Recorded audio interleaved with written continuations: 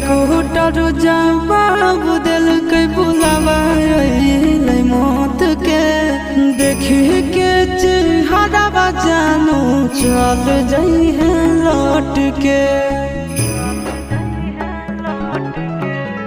Doctor जवाब दिल के बुलावा मौत के देखी के चेहरा जानू चल जाई है लौट के।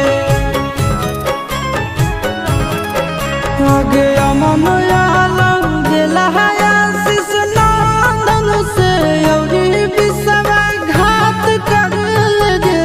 आगे सोना यारा हो भरा ही पटनावा में आके मुलाकात कर ले गे।